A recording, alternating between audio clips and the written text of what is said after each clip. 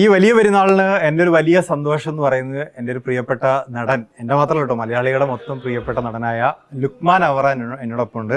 ലുക്മാന്റെ നാട്ടിലാണ്. ലുക്മാൻ ഈ നാടിനെ കുറിച്ച് നേരത്തെ ഇന്റർവ്യൂലൊക്കെ പറയുന്നത് കേട്ടിട്ടുണ്ട്. ഏതായാലും ആദ്യം തന്നെ പെരുന്നാൾ ആശംസകൾ. ഈ സാധാരണ ലുക്മാൻ ഒരു ഇന്റർവ്യൂ പറഞ്ഞിട്ടുണ്ട്, സിനിമ പോസ്റ്റർ പോലെ ഒട്ടിക്കാത്ത നാട്ടിൽ നിന്നാണ് സിനിമയിലേക്ക് എത്തിയെന്നുള്ളത്. സത്യല്ലേ? അല്ല, അത് മാത്രമല്ല, ഇപ്പോ നാട്ടുകാരൊക്കെ വന്നിട്ട് ആശംസകളൊക്കെ ഉണ്ട്. ഈ പെരുന്നാള് മാറിയോ? സിനിമയിൽ എത്തിയതിനു ശേഷം പെരുന്നാളിന്റെ ആഘോഷങ്ങളൊക്കെ മാറിയോ? ഇല്ല, ആഘോഷം ഞാൻ സംഭവം ഞങ്ങള് ഷൂട്ട് നടന്നുകൊണ്ടിരിക്കുന്നതാണ്. അപ്പൊ പെരുന്നാളിന് നാട്ടില് ഉണ്ടാവുക എന്ന് പറയുന്നത് ഭയങ്കര സന്തോഷമുള്ള കാര്യം. എല്ലാ പ്രാവശ്യം സംഭവിക്കണമെന്നില്ല, പക്ഷെ ഈ പ്രാവശ്യം സാധിച്ചു. സിനിമയിൽ വന്നതിന് ശേഷം എത്ര പ്രാവശ്യം വീട്ടിൽ ആഘോഷിച്ചു? നാട്ടില് സിനിമയിൽ വന്നതിന് ശേഷം എണ്ണ ഞാൻ നോക്കിയില്ല, പക്ഷെ ചില പെരുന്നാളൊക്കെ ആഘോഷിക്കും. മിക്കവാറും വരണമെന്ന് ആഘോഷിക്കും. മിക്കവാറും വരണമെന്ന് ആഘോഷിക്കും. കൊച്ചിയിലെ പെരുന്നാൾ എന്ന് പറഞ്ഞാൽ അതിനൊരു ജോറില്ല. അല്ല, കൊച്ചിയിലെ പെരുന്നാൾ എന്ന് പറയുമ്പോ ജസ്റ്റ് പെരുന്നാൾ സിനിമക്കാരുടെ കൂടെ എല്ലാവരും കൂടെയുള്ള, അതാണ് നാട്ടുകാരുടെ കൂടെയുള്ള പെരുന്നാളാണ്. പെരുന്നാൾ പരിപാടികൾ ഇത് തന്നെ. പള്ളിയിൽ പോകുമ്പോൾ എല്ലാവരും കൂടെ കാണുക. ശരിക്കും പെരുന്നാൾ നാട്ടിൽ വരുമ്പോ എന്താന്ന് വെച്ചാൽ എല്ലാരെയും നമുക്ക് ഒരുമിച്ച് കാണാം. പക്ഷെ ഇതൊക്കെ എല്ലാവർക്കും പുതിയ അനുഭവമായിരിക്കും. ഇപ്പൊ നമ്മളിവിടെ ചാനൽ നമ്മളിവിടെ ഷൂട്ട് ചെയ്യുന്നത്, ഇന്റർവ്യൂ ഷൂട്ട് ചെയ്യുന്നത്. പെരുന്നാളിന്റെ അന്ന് എന്താ പരിപാടി? വീട്ടിൽ നിന്ന് ഭക്ഷണം കഴിക്കുക, നമ്മുടെ റിലേറ്റീവ്സിന്റെ അടുത്തൊക്കെ പോവാ, ഫ്രണ്ട്സിനൊക്കെ കാണുക.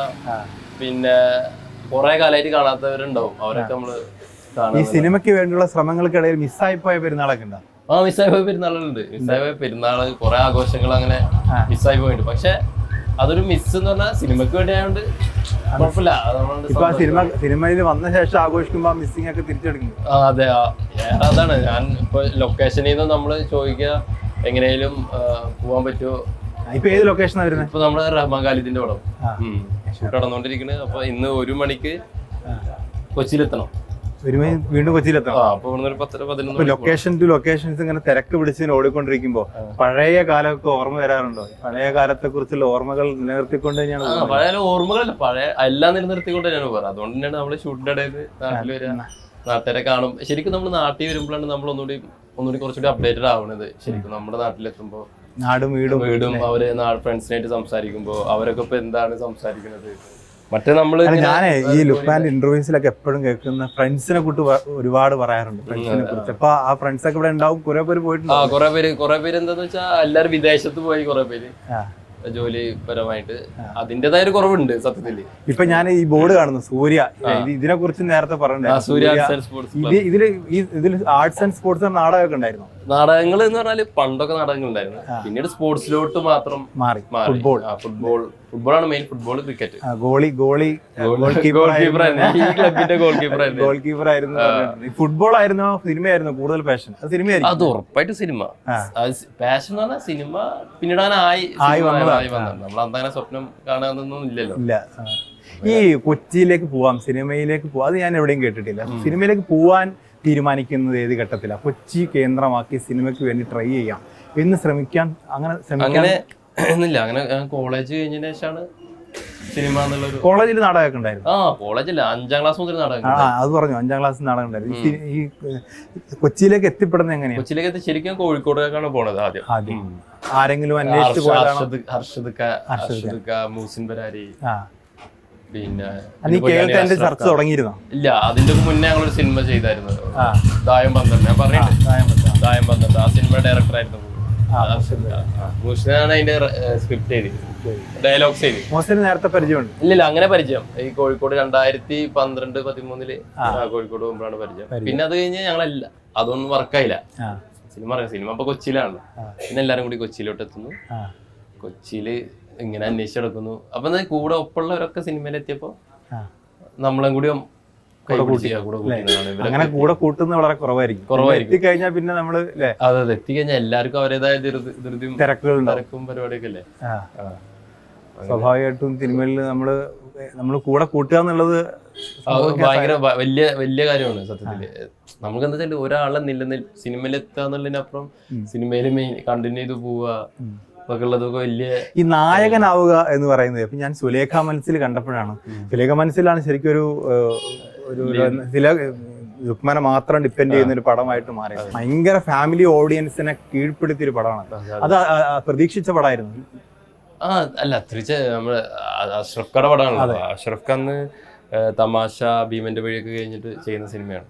അപ്പൊ ചെമ്പൻ ചേട്ടൻ പ്രൊഡക്ഷൻ, ചെമ്പോസ്കി പ്രൊഡക്ഷൻ, അപ്പോ പ്രതീക്ഷ ഉണ്ടായിരുന്നു ആ സിനിമയില്, എന്തായാലും തീർച്ചയായും പ്രതീക്ഷ ഉണ്ടായിരുന്നു. അതിലെ പാട്ടുകളാണ് ശരിക്കും വിഷ്ണു വിജയുടെ പാട്ടുകള് ഭയങ്കര, എനിക്ക് തോന്നുന്നു ഇപ്പോഴും പെരുന്നാളിനായാലും കല്യാണങ്ങൾക്കൊക്കെ പാട്ടുകൾ ആ പാട്ടുകൾ മനസ്സിലെ പാട്ടുകളാണ്. എല്ലാ കല്യാണ വീടുകളിലെയും കുറെ കാലം കീഴ്പ്പെടുത്തിയ പാട്ടുകളാണ്. ഈ ഉണ്ട പടത്തെ കുറിച്ച് എപ്പോഴും പറയാറുണ്ട്, ഉണ്ടയിലെ അഭിനയത്തെ കുറിച്ച്, മമ്മൂക്കയുമായിട്ടുള്ള എക്സ്പീരിയൻസ് ഇപ്പോഴും ആ ബന്ധം കീപ്പ് ചെയ്യുന്നുണ്ട്. മമ്മൂക്ക തീർച്ചയായിട്ടും ഇപ്പോഴും പെരുന്നാളിന് ആശംസ അറിയിക്കുക, ഇടയ്ക്കിടക്ക് ഗുഡ് മോർണിംഗ് തിരിച്ച് ഗുഡ് മോർണിംഗ് തിരിച്ച് റിപ്ലൈ ആയിരിക്കും. പിന്നെ നമ്മുടെ സിനിമ ഇറങ്ങിയാൽ നല്ല റിവ്യൂ ഒക്കെ കേട്ടാൽ നന്നായിട്ടുണ്ട്, കൺഗ്രാറ്റുലേഷൻസ് എന്നൊക്കെ പറഞ്ഞ പടമൊക്കെ കണ്ട അഭിപ്രായം കണ്ട അഭിപ്രായം പറയും. അത് ഉണ്ടക്കേശ് ഓപ്പറേഷൻ ജാവ മുതൽ തന്നെ മമ്മൂക്കയെ കുറിച്ച് എപ്പോഴും പറയാറുണ്ട്, നമുക്ക് ഇങ്ങനെ ഒരാളെ ഇഷ്ടപ്പെട്ട് കൂടെ കൂട്ടിയാ പിന്നെ കൂടെ കൂട്ടുന്നുള്ളത്. പിന്നെ തീർച്ചയായും നമുക്ക് എങ്ങനെ ഇത്രയും സമയം നമുക്കൊക്കെ കണ്ടെത്തുന്നതാണ്. ഇത്ര അധികം സിനിമകള്, ഇത്ര പിന്നെ എല്ലാ ആൾക്കാരെ കുറിച്ച് അറിയുന്നു, എല്ലാ ആൾക്കാരെ കാര്യങ്ങൾ അന്വേഷിക്കുന്നു, ലോകത്തിറക്കുന്ന എല്ലാം അറിയുന്നു, സിനിമക്കകത്ത് ഇറക്കുന്ന എല്ലാം അറിയുന്നു. അപ്പൊ അത് ഭയങ്കര നമുക്ക് അത്ഭുതമായി തോന്നാറുണ്ട്. പാഠപുസ്തകമാണ് ശരിക്കും. പിന്നെ തീർച്ചയായിട്ടും എന്തെങ്കിലും ഒരു പോയിന്റ് ഇപ്പൊ എന്റെ ഉണ്ടക്ക് ശേഷം ഞാൻ മമ്മൂക്കയിൽ നിന്ന് സിനിമയിൽ ഞാൻ കൊണ്ടുപോകുന്നു പറയാൻ പറ്റുന്ന അങ്ങനെയല്ല. ഉണ്ടക്ക് ശേഷം സത്യത്തിൽ ആസ് ആൻ ആക്ടർ എനിക്ക് ഒരു കോൺഫിഡന്റ് വന്നത്, ഞാൻ ഈ ജോലി എനിക്ക് ഓക്കെയാണ്, കൊള്ളാം എന്നുള്ള തോന്നിയത്, എനിക്ക് മുന്നോട്ട് കൊണ്ടുപോകാൻ പറ്റും തോന്നിയത്. അത് പക്ഷെ മമ്മൂക്ക കൂടി ഉള്ളതുകൊണ്ട് തന്നെ ആയിരിക്കും അത്. ഈ നാട്ടില് വരുമ്പോഴേ സിനിമാക്കാരനായി വരുമ്പോഴേ വ്യത്യാസം സത്യത്തിലേക്ക് അതിൻ്റെതായ ഒരു ബുദ്ധിമുട്ടുണ്ട്. കാരണം അവരൊക്കെ അവിടുന്ന് ഇവിടുന്നൊക്കെ നോക്കുമ്പോഴേ, കാരണം ഞാൻ നാട്ടിൽ അങ്ങനെ ഒരു സിനിമാക്കാരനോ അല്ലെങ്കിൽ ഒരു ഇതൊന്നല്ല. പക്ഷെ എന്റെ സിനിമകളൊക്കെ ഇവിടെ ഇറങ്ങിയാൽ ഇവരൊക്കെ എല്ലാവരും ഒരുമിച്ച് ഫസ്റ്റ് ഷോക്ക് പോകും, ഭയങ്കര ആഘോഷമാക്കാറുണ്ട്. ഭയങ്കര സപ്പോർട്ടാണ്. പിന്നെ ഞാൻ ഇവിടെ തല്ലുമാലന്റെ ഇവിടെ നിന്ന് പുറത്തുനിന്ന് എന്റെ ഒരു ഫ്രണ്ട് വന്ന് കണ്ടിട്ട്, അവനറിയാം, ഫ്രണ്ട് എന്ന് പറഞ്ഞാൽ അവൻ അറിയില്ല എന്റെ നാടാണ്, തല്ലുമല ഇറങ്ങിയ സമയത്ത്. അപ്പൊ അവൻ തിയേറ്ററിൽ നിന്ന് പടം കണ്ടിട്ട് എന്നെ കാണിക്കുമ്പോ തിയേറ്ററിൽ ആകെ കയ്യടിയും ബഹളും ആർപ്പും പരിപാടിയൊക്കെ. കാണുമ്പോ ഇത്ര കയ്യടിയാ. പിന്നെ ഇറങ്ങിയിട്ടാണ് എന്നോട് ചോടാ, ഞാനൊരു തിയേറ്ററിൽ ഒരു പടം കണ്ടോ എവിടുന്നാണ്ട് വെച്ചു, ചങ്ങനുള്ള മാസം. അതെന്തായാലും നാടാണ്, എന്റെ സ്വന്തം നാടാണ്. ഈ വീട്ടുകാരെ നേരത്തെ ഒക്കെ ഇന്റർവ്യൂലൊക്കെ പറഞ്ഞിട്ടുണ്ട്, വീട്ടിൽ നിന്നൊക്കെ ഇങ്ങനെ ഗൾഫിൽ പോവാനും സൗദി പോവാനൊക്കെ പറഞ്ഞ ആൾക്കാരുണ്ട്. ഇപ്പൊ അവരൊക്കെ എന്ത് പറയുന്നു? ഇപ്പൊ അവരൊക്കെ അത് പറയുന്നില്ല. അവരൊക്കെ ഏതാ അടുത്ത റിലീസ്, ഏതാ പറയില്ല, ഏതാ അടുത്ത പടം, വിസ റെഡിയായി എന്നൊക്കെ പറഞ്ഞിരുന്നു. സമയത്ത് വിസ റെഡിയായി ആ പ്രാവശ്യം പോവാത്തുണ്ട്. പിന്നെ കേൾട്ടനൊക്കെ ശേഷം പോയി ജോലി അന്വേഷണം നടത്തി. ദുബായ് ഖത്തറിൽ പോയി. എന്നിട്ട് എപ്പോ തിരിച്ചു വരുന്നു? എന്നിട്ട് സുഡാനി ഒക്കെ അവിടെ നിക്കാൻ പറ്റാതെ മനസ്സിങ്ങനെ പ്രവാസ ജീവിതം പറ്റില്ല. പക്ഷെ ജോലിക്കൊന്നും കയറിയിട്ടില്ല, അന്വേഷണം ഉണ്ടായിരുന്നു. ഇപ്പോ റിലീസിന് ഉള്ള പടങ്ങൾ ഏതൊക്കെയാണ്? റിലീസിന് ഒന്നുള്ളൊരു ഒന്നും അനൗൺസ് ചെയ്തിട്ടില്ല. ഒരു കണ്ണൂർ പടമാണ് ഇപ്പൊ ഷൂട്ട് കഴിഞ്ഞ്. പിന്നെ റഹ്മാന്റെ പടമാണ്. ഫാമിലി ഒക്കെ ഇവിടെയാണോ അവിടെ ഇവിടെ ആയിട്ടുണ്ടാവും. ഞാൻ അവിടെ ഷൂട്ടുള്ളപ്പോ വൈഫൊക്കെ അവിടെ വരും.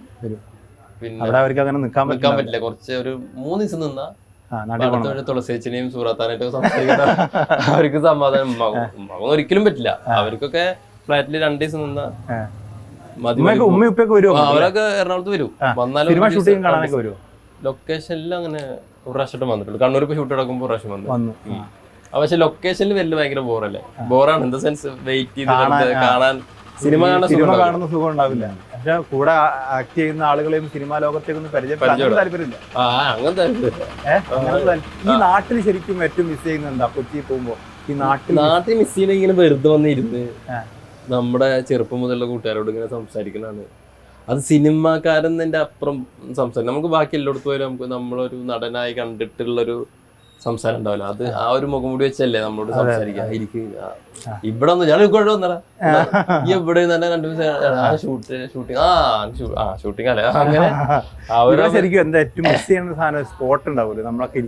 നമ്മളിരിക്കുന്ന സ്പോട്ട് ശരിക്കും ഈ ക്ലബ്ബാണ്. ഇപ്പൊ എന്താന്ന് വെച്ചാൽ ഞാൻ പറഞ്ഞില്ല, ഇപ്പൊ വിദേശത്തേക്ക് പോലും ഫ്രണ്ട്സൊക്കെ നമ്മുടെ ഒപ്പം ഉണ്ടായിരുന്നവരൊക്കെ പല വഴിക്ക് പോയി. ഇപ്പൊ പുതിയ ജനറേഷൻ ആണല്ലോ ഇപ്പൊ പൊങ്ങി വരുന്നത്. ഇനിയിപ്പോ അവരുടെ കയ്യിലാണ് ഈ ക്ലബ്. അതിന്റെ അവസ്ഥ എന്താവുന്നുള്ളത്. ഇവിടെ വേറെ ഗ്രൗണ്ടുകളൊക്കെ എങ്ങനെയാ കളിക്കാനൊക്കെ പോകുന്നത്? ഞങ്ങള് പാടത്താണ് കളിക്കാറ്. പക്ഷെ ഇപ്പൊ പാടം മഴ പെയ്ത് ആകെ വെള്ളം കയറി പിന്നെ കോളൊക്കെ നിറഞ്ഞിരിക്കും. സിനിമ ഇപ്പം +2 പഠിക്കുമ്പോൾ സിനിമയ്ക്ക് പോയ കഥയൊക്കെ പറഞ്ഞിട്ടുണ്ടായിരുന്നു. ഇവിടെ അടുത്തെവിടെ തിയേറ്റർ അടുത്താണ്? തിയേറ്റർ ഇപ്പൊ ചങ്ങരോളത്ത് തിയേറ്റർ ഉണ്ട്. ചങ്ങരോളത്ത് മാസ് തിയേറ്റർ ഉണ്ട്, എടപ്പാൾ ഗോവിന്ദ ഉണ്ട്, ശാരദ ഉണ്ട്. പൊന്നാനിയാണ് നമ്മള് സ്ഥിരം ആദ്യം പോയിരുന്നത്, റിലീസറൊക്കെ ഉണ്ടായിരുന്നത്. പൊന്നാനി, കുന്നംകുളം.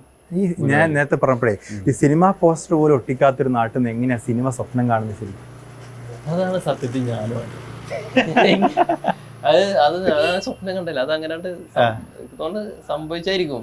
പിന്നെ അത് നമ്മളങ്ങനെ ആഗ്രഹിക്കണം, അപ്പൊ അത്ര ആഗ്രഹിക്കണമെന്നില്ല. സിനിമ അങ്ങനെ സിനിമ നടനാണോ, സിനിമ നടനാവാന്നൊക്കെ പറഞ്ഞാല് ചെറിയ കേസല്ലല്ലോ. അപ്പൊ പിന്നെ ഇതെങ്ങനെ ഞാൻ പറയും, ഈ നാടകങ്ങളൊക്കെ ആയിരിക്കും കണ്ടുമുട്ടിയ. നേരത്തെ എന്നെ കൈ പിടിച്ചുകൊണ്ട് ആരെങ്കിലും പറഞ്ഞായിരുന്നു നാടകം കളിക്കുമ്പോ സിനിമ നടനാവും നീ? നല്ല നടനാന്നൊക്കെ പറഞ്ഞായിരുന്നു. ആ ബുക്കായിരുന്നു എന്നെ നാടൻ പിടിപ്പിച്ചു, വളയംകുളം.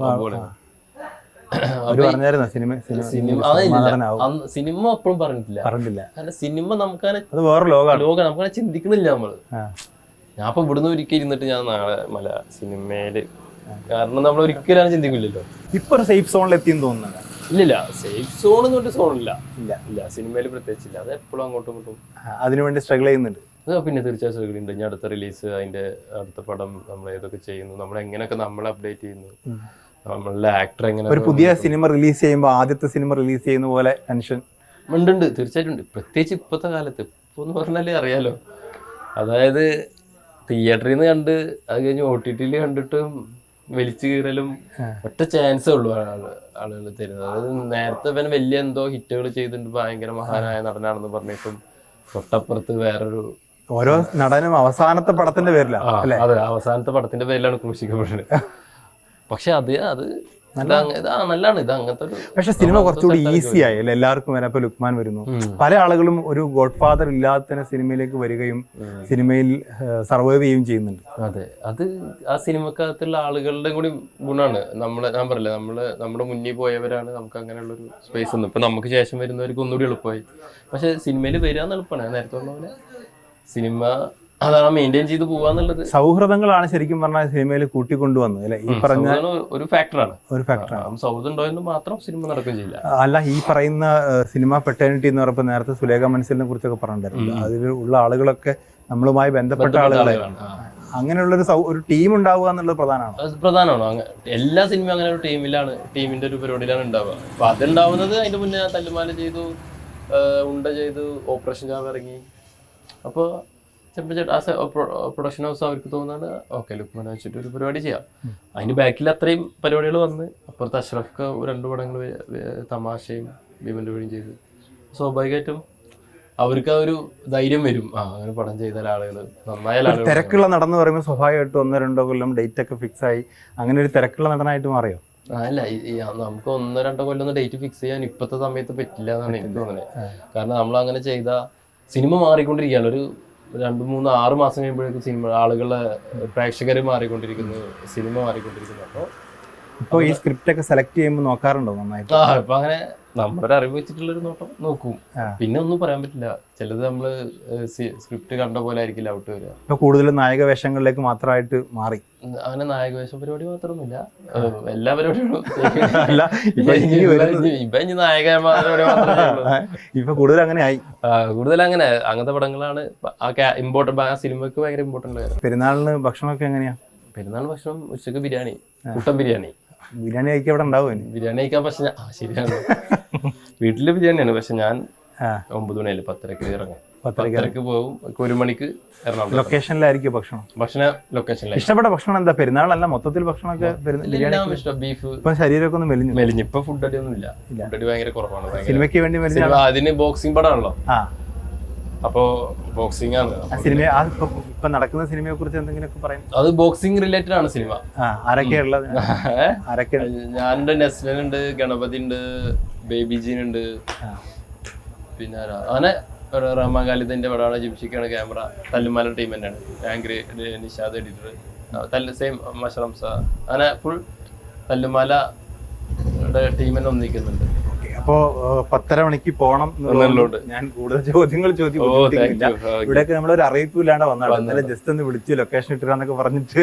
എന്തായാലും സന്തോഷം. എന്തായാലും ഞാൻ അതുകൊണ്ടാണ് പെട്ടെന്ന് പോകുന്നതല്ലോ. രാത്രി വന്ന് ഇന്ന് രാവിലെ പോകും.